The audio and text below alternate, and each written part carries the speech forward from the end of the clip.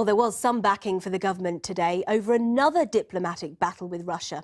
The International Chemical Weapons Watchdog has backed the UK's findings over the type of nerve agent that was used in the Salisbury spy attack. And it's also appeared to have strengthened that argument that Moscow was behind it. From Salisbury, Olivia Kinsley reports. It is a month since the British government announced the Skripals and Sergeant Nick Bailey were poisoned with novichok, and now there is heavyweight confirmation. After testing samples in 4 different laboratories, the International Chemical Weapons Watchdog says it can confirm the findings of the United Kingdom relating to the identity of the toxic chemical that was used in Salisbury, and that it was high purity, an important detail.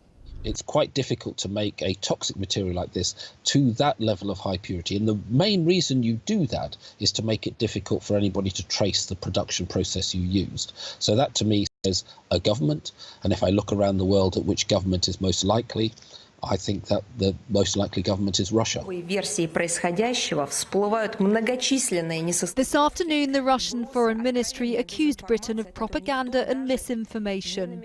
But Foreign Secretary Boris Johnson said today that only Russia has the means, motive and record. And in a rare public appearance, a British spy chief has condemned Russia too. It demonstrates how reckless Russia is prepared to be, how little the Kremlin cares for the international rules-based order, how comfortable they are at putting ordinary lives at risk.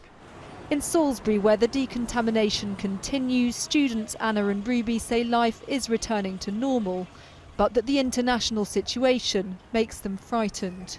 Quite scared that, a possible war maybe has just happened right on our doorstep. Yeah, you just wouldn't expect it from around Salisbury. No. I mean, it's Salisbury for a reason. It's little. Nothing really happens here. Mum and daughter Paula and Bethany feel the same. It could start another world war, it could start a second Cold War. It's quite terrifying, but I just try not to think about it. In a statement last night, Yulia Skripal said since the poisoning she now finds herself in a totally different life.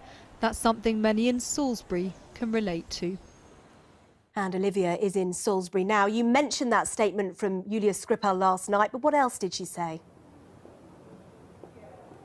Well, she says that she is still suffering from the effects of the nerve agent, but that she is also feeling stronger and better. She also says that she's been made aware of her contacts at the Russian embassy, but that at the moment she does not wish to avail herself of their services. Now, the Russian embassy immediately dismissed that as propaganda, saying the statement had been carefully worded to support the UK's official narrative and block Yulia from the outside world. They also seemed to suggest that it was strange that we've not seen any photographs of Yulia and Sergei since the 4th of March when the incident happened. So the war of words is clearly continuing to escalate.